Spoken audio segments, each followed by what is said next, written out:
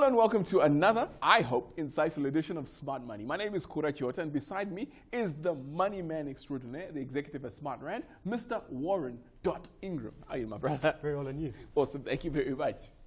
Well, in recent months, there's a term that's come to light. You know, these terms pop up everywhere. Well, it's called the sandwich generation, and it's caused much buzz in the financial industry.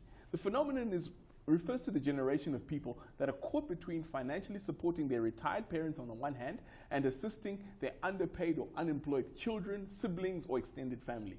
These extra financial burdens place immense pressure on the breadwinner and significantly impact on their own financial future. We're stuck in the middle, brother. We are. And what's interesting about this is it's almost as if people have discovered something which has been around forever. You know, we now have to give names to everything. I mean, that's typical of the modern world. So now it's a phenomenon. Now we give it a name, and it gets out there in social media. But the reality is, this has been around forever. Sure. I mean, if you look at many different cultures. So if you look at, for example, families from the subcontinent, very typically they would have lived with 3 or 4 generations in one house. Yes. And I mean, that to me is far worse than the financial pressure of, you know, can you imagine having your mother-in-law in your house with you 24/7? I mean, I'd hate to have that. And then I can't comment. Okay, I'll leave you safe. Then jump all the way across to a place like Northern Europe, where literally the families will live in stacked houses, and the youngest family will live in the bottom, the oldest family living on the top, and then there will be that physical sandwich generation living in the middle. This is a global phenomenon that's been around for centuries. Oh. Now, when we're doing our financial plan, the pressure is on us. I want to live in northern suburbs Johannesburg. I want to put little Johnny in a private school, and I want to go to Mauritius over the December holiday. But I've got a struggling cousin, and they're just not making ends meet. Perhaps want to upgrade their skills, get them to do some computer courses so they can put together a CV and actually be useful out there. How do we make the plan when my finances are my finances and there's an individualistic approach, but there's a family responsibility, so to speak? And I think, I think maybe even broader, that you probably have a social debt to your family. I mean, they might have been the reason why you could get to get educated and get ahead. So I think we need to be sensitive to the topic, but at the same time, we can't give you the out. We can't just give you the excuse to say, well, okay, then spend as much as you can because you owe everybody and hit the wall. That's also wrong. So I think if you in a situation like this, it's going to be the basics. Go back to basics. In other words, if you feel that social pressure and it's a real pressure to fund the family, you almost need to sit them down and say, look, this is really what I earn. These are my expenses. This is how much I can afford from a budgeting point of view to assist and to help you. There is no more. It's not a bottomless pit of money.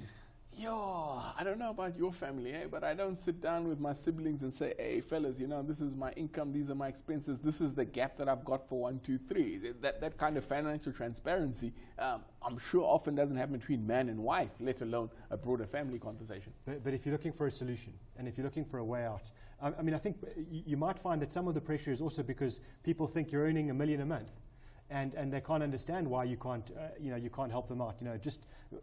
Surely it can't be a lot of your money just to help me out for this little thing here and this little thing there. Until you sit them down and you say, here are the numbers. This is the deal. This is the reality. Where else do you think, in your infinite wisdom, can I get the money? And maybe that might be a solution. I know it's difficult, but I mean, we're dealing with a difficult situation. And then I'm told by the cousin, go to Paris instead of Paris, and the missus is not going to be happy with that.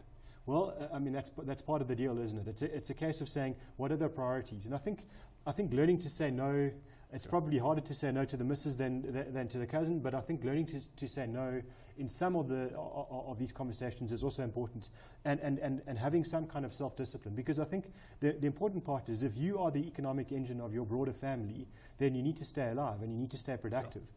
And you can't be stuck in the debt trap yourself. So I think, I mean, if that's important, then you need to look after yourself with a view to saying, if I look after myself, I can look after more people for longer. So it's not just being selfish, it's actually being sensible for everybody. The mindset, we keep on coming across education, being aware of, sharing information, that mindset. The more and more we do this show, the more I'm understanding that our relationship and how we think about money is the driver of the actions we actually do. And I think because money is such a sensitive topic and it's such a personal issue, you know, we tend to hold all the information around money close to ourselves, as you say, even between husband and wife. But the problem there is that I think very often the more transparent you are and the more you include the people that are economically dependent on you, potentially the more there's solutions and the more you can work together as a team to get to a solution. And I think that must be the way you go. And as you say, it's also about a broader education. So the sandwich is in the middle, but the ham in the middle of the sandwich ain't getting thicker. It's not, and I agree. There's so many pressures. There's so much around. You know, Eskom's going up. We've got to pay lots of tax. You keep talking about how much we've got to pay the government, and it's real, and I understand it. But at the same time, you can't use that as an excuse not to address the issue. I think if you address the issue, you can solve the problem. General Warren Ingram tells us, address the issue, front on. Please don't go anywhere. On the other side of this break, we're going to be joined by Fed Group's Financial Director, Mr. Scott Field, and CEO, the acting CEO of the South African Savings Institute, Gerald Mwandiyambira. See you just now.